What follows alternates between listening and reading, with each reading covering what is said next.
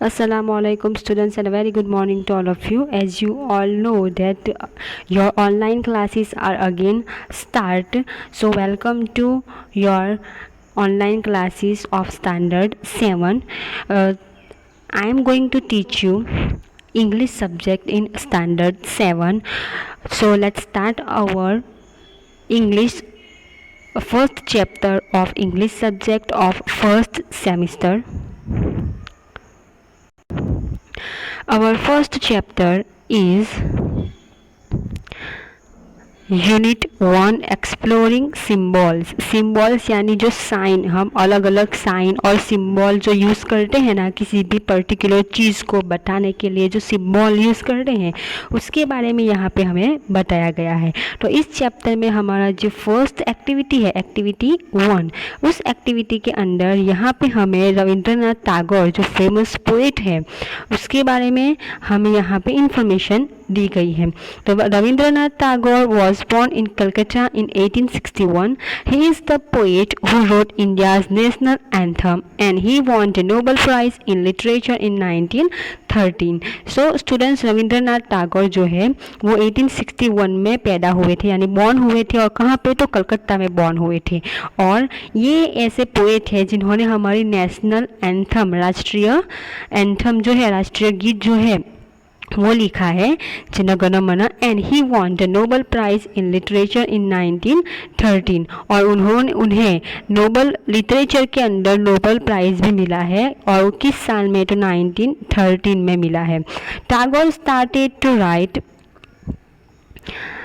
poetry when he was only 8 years old and he published his first poem when he was only 16. यानी कि जब वो 8 year के थे, 8 साल के थे, तब उन्होंने पोएट्री लिखना स्टार्ट किया था. और जब वो 16 ईयर के हुए, सिर्फ 16 साल के हुए, तो इतनी छोटी सी उम्र में उन्होंने अपनी पहली पोएम पब्लिश कर दी थी, यानी कि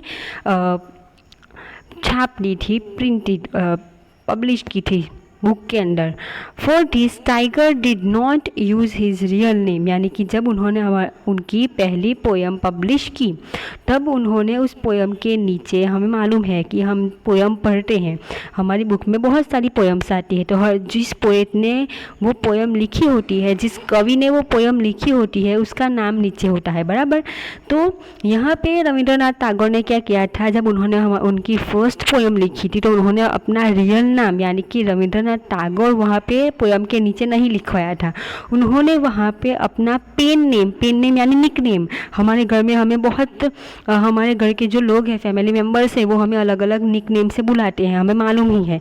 तो वैसे उनका जो निक नेम था, पेन नेम था, जो वो अपनी पोएट्री के लिए यूज़ करते थे, वो नाम उन्होंने उस पोएम के नीचे लिखवाया था. उनका नाम, और वो नाम था, he used a pen name Bhanu Sinha. यानी कि उसका मतलब क्या है?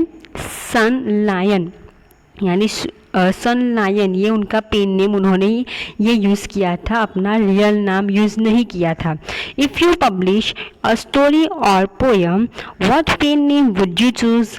You can make your name as silly or as serious as you wish. अब यहाँ पे हमें क्या करना है, यहाँ पे हमें क्या लिखना है, हमें खुद कहा गया है कि अगर आप ये इमेजिन करें, ये सोचिए कि अगर आप कोई पोएम लिखते हैं और किसी बुक में छपवाते हैं, पब्लिश करते हैं, या न्यूज़पेपर में अपनी पोएम आप पब्लिश करते हैं, तो आप अपना कौन सा पेन नेम यूज़ करेंगे उस पोएम के लिए, तो वो आपको यहाँ पे लिखना है. ये जो हमें बॉक्स दिया है वहाँ पे हमें लिखना है.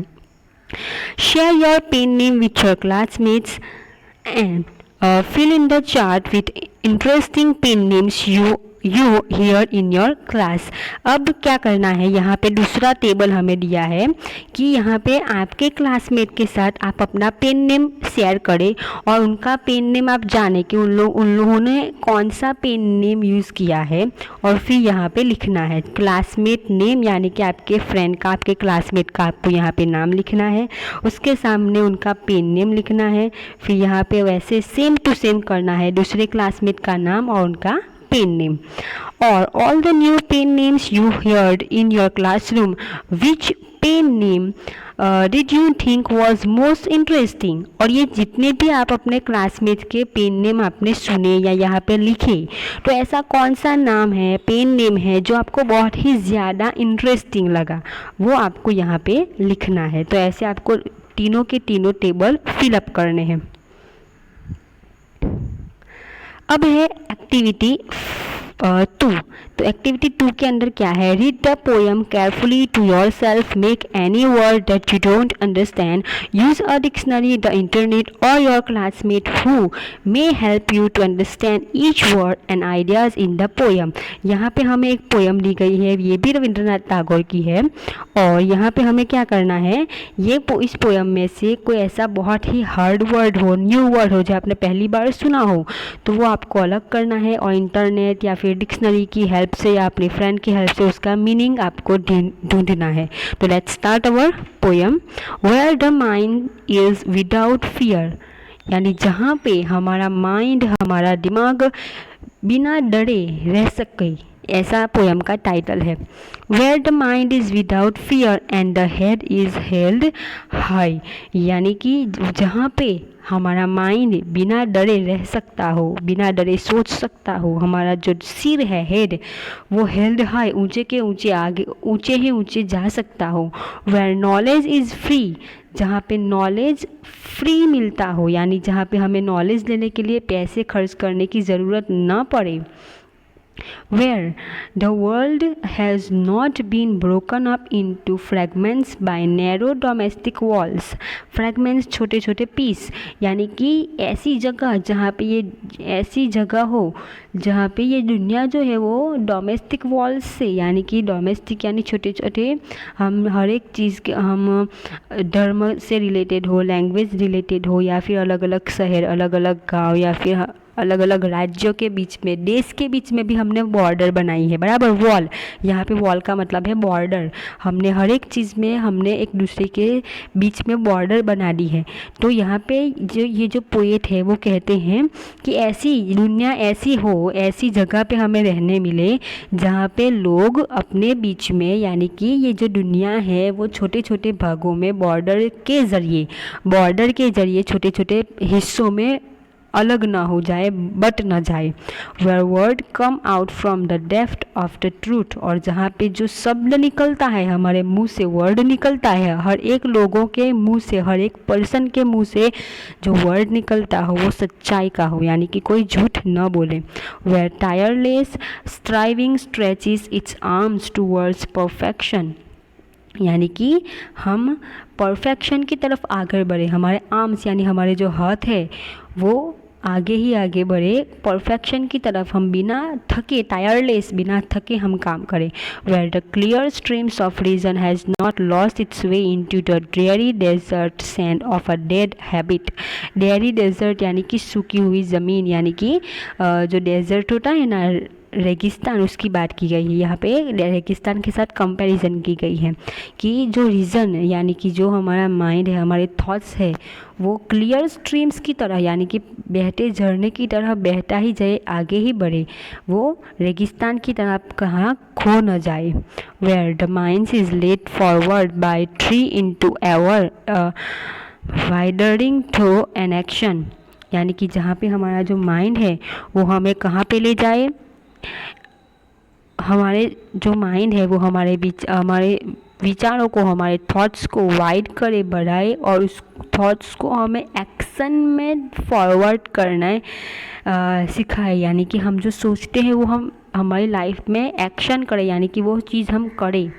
Into that heaven of freedom my father led my country awake, और इसी आज़ादी का जो आज़ादी का स्वर्ग है जिसका सपना मेरे फादर ने देखा था वो हो, यानी कि यहाँ पे जो स्टूडेंट्स रविंद्रनाथ टैगोर इस पोएम में हमारे देश की बात कर रहे हैं, पूरे की पूरी पोएम में, कि हमारा देश ऐसा बने जहाँ पे हम बिना डरे रह सके, बिना डरे सोच सके, सब लोग सच बोले, मेहनत करके आगे बढ़े, ऐसा कहना चाहते हैं। और जहाँ पे नॉलेज जो है, यानी कि पढ़ाई जो है वो हमें फ्री में मिले, जहाँ हमें मालूम है कि हमें पैसे दे के हम पढ़ते हैं, तो जहाँ पे नॉलेज फ्री में मिले, हम बिना डरे सब कुछ लोगों को कह सके, जहाँ पे सिर्फ और सिर्फ सच्चाई हो, ऐसा देश होना चाहिए, ऐसा देश बनना चाहिए। रविंद्रनाथ टैगोर ऐसा कहना चाहते हैं। तो यहाँ पे स्टूडेंट्स बहुत सारे न्यू वर्ड हमें देखने को मिले, जैसे कि ड्रेरी डेजर्ट जो मैंने आपको बताया, स्ट्रीम, फिर है widening thoughts, fragments, domestic walls, बहुत सारे न्यू वर्ड देखने को मिले। मैंने आपको इसके मीनिंग भी पोएम के अंदर बता दिए, अलग से नहीं बताए हैं। अलग से मैं आपको इंशाल्लाह कल के वीडियो में ज़रूर बताऊंगी, आप भी ट्राई करिएगा। और इस पोएम में या इसके आगे की जो पोएम थी एक्टिविटी 1 में, एक्टिविटी 1 में पोएम नहीं थी, रविंद्रनाथ टैगोर के बारे में इन्फॉर्मेशन थी। तो इन दोनों के बीच, इन दोनों में अगर आपको कुछ समझ में ना आया हो तो आप मुझे कमेंट में बताइएगा, तो मैं आपको फिर से समझाऊंगी। और इस पोएम में भी अगर मुझसे कुछ भूल हो गई हो, कुछ मिस्टेक हो गई हो, कुछ समझाने में, कुछ वर्ड बोलने में, वर्ड का मीनिंग बताने में, तो आप मुझे ज़रूर बताइएगा कमेंट में। तो मैं अपने मिस्टेक सुधारूंगी, भूल सुधारूंगी और कल के वीडियो में सही समझाऊंगी। तो आज के वीडियो में स्टूडेंट्स बस ये दो एक्टिविटी, आई होप कि आपको दोनों ही अच्छी तरह से समझ में आ गई होंगी। अगर समझ में ना आई हो तो आप मुझे बताइएगा, और समझ में आ गई हो तब भी बताइएगा, और मुझसे कुछ भूल हुई हो तो मुझे बताइएगा, मैं उसको सुधारूंगी। Okay, thank you very much, और कमेंट ज़रूर करिएगा।